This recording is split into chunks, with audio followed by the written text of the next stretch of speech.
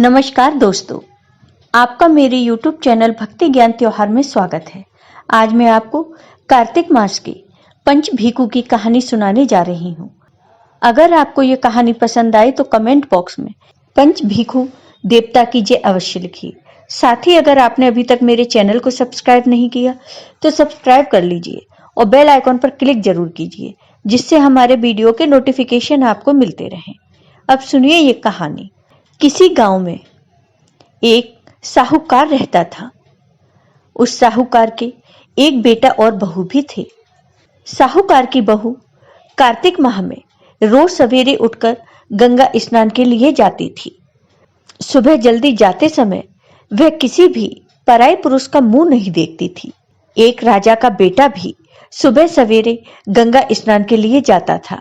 वह हैरान होता कि मैं इतनी जल्दी उठता हूँ स्नान के लिए, लेकिन कोई है जो मुझसे भी जल्दी उठकर नहा लेता है। कार्तिक माह के 5 दिन बचे थे कि एक दिन साहूकार की बहू तो स्नान करके वापस जा रही थी और उस समय राजा का बेटा स्नान के लिए आ रहा था। आवाज सुनकर वह जल्दी जल्दी जाने लगी, लेकिन जल्दबाजी में उसकी माला मोजड़ी छूट गई। राजा के बेटे ने उसकी माला मोजड़ी उठा ली और सोचने लगा, जिस स्त्री की यह माला मोजड़ी इतनी सुंदर है, वह स्त्री कितनी सुंदर होगी। उसने पूरे गांव में घोषणा करवा दी कि जिसकी वह माला मोजड़ी है वह 5 रात मेरे पास आएगी। जब साहूकार के बेटे की बहू ने यह सुना तो उसने कहलवा दिया कि मैं 5 रात आऊंगी, लेकिन किसी को साग भरने बैठा देना।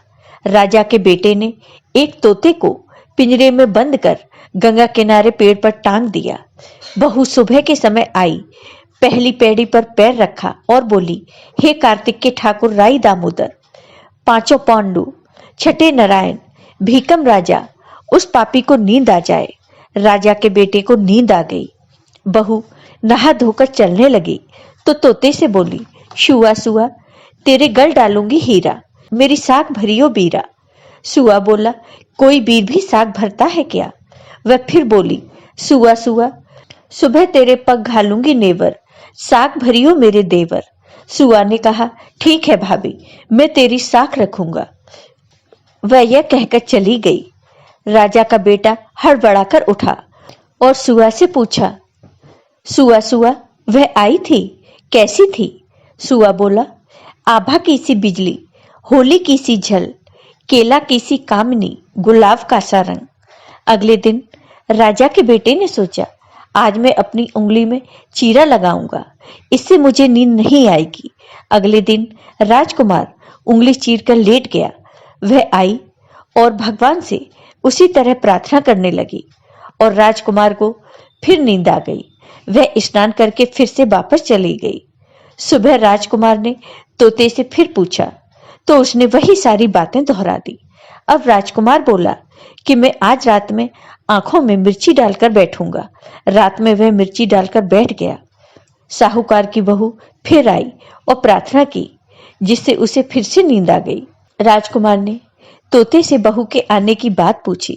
उसने फिर बात बता दी। राजकुमार अब फिर सोचने लगा कि आज मैं बिना बिस्तरे के ही बैठूंगा और रात को बिना बिस्तरे के बैठ गया। जब साहूकार की बहू स्नान करने आई तो उसने फिर से भगवान से प्रार्थना की और राजकुमार को नींद आ गई। जब वह नहाकर जाने लगी तो आंख बंद करके चली गई। राजकुमार जब उठा तो वह जा चुकी थी। राजकुमार फिर सोच में पड़ गया और सोचने लगा कि आज मैं अंगीठी जलाकर बैठूंगा, जिससे नींद नहीं आएगी। फिर वह रात को अंगीठी रखकर बैठ गया। साहूकार की बहू आई और वह भगवान से प्रार्थना करने लगी कि आपने 4 रातें तो निकाल लें, अब यह रात और निकाल दो। भगवान ने उसकी बात रख ली और राजकुमार को नींद आ गई। अब वह नहाकर जाने लगी तो तोते से बोली कि इस पापी को कह देना कि 5 रातें पूरी हो चुकी हैं, वह मेरे मोतियों की माला मेरे घर भिजवा दे। सुबह राजकुमार की आंख खुली तो उसने तोते से पूछा, क्या वह आई थी? तो तोते ने कहा, हाँ, वह आई थी और उसने अपनी माला मंगवाई है। यह सुन राजकुमार सोचने लगा, वह तो सच्ची थी, तभी तो भगवान ने भी उसका सत्य रखा। कुछ समय के बाद राजकुमार को कोढ़ हो गया। राजा ने ब्राह्मण को बुलाकर पूछा कि मेरे बेटे का शरीर क्यों जल रहा है। तब ब्राह्मण ने विस्तार से सारी बात राजा को बताई कि इसने क्या किया था। ब्राह्मण ने कहा कि इसने पतिव्रता स्त्री पर बुरी नजर डाली, इसलिए यह इस रोग से पीड़ित हुआ। राजा ने इसके ठीक होने का उपाय पूछा तो ब्राह्मण ने कहा कि यह उस साहूकार की बहू को धर्म की बहन बनाए और रोज उसके नहाए हुए जल से यह स्नान करे, तब यह ठीक हो सकता है। राजा साहूकार की बहू की माला लेकर साहूकार के घर गया और बोला, यह माला आपकी पुत्र वधू की है, इसे ले और आपकी बहू के नहाए हुए जल से मेरे बेटे को नहला दें। साहूकार बोला, वह तो किसी पराये पुरुष का मुंह तक नहीं देखती, आप उसे इस नाली पर बिठा दीजिए। जब वह ऊपर नहाएगी तब नीचे इस नाली के पानी से आपका पुत्र नहा लेगा। राजकुमार ने ऐसा ही किया और कुछ समय बाद उसका शरीर चंदन सा हो गया। तो हे पंचभीखु देवता, जैसे आपने साहूकार के पुत्र वधू का सत रखा, वैसे ही सभी का रखना। जय हो पंचभीखु देवता की। यह कहानी कार्तिक मास के अंतिम 5 दिनों में सुनी या कही जाती है। आपको ये वीडियो पसंद आया हो तो कमेंट बॉक्स में कमेंट करके जरूर बताइए। साथ ही मेरे वीडियो को ज्यादा से ज्यादा शेयर करिए। धन्यवाद।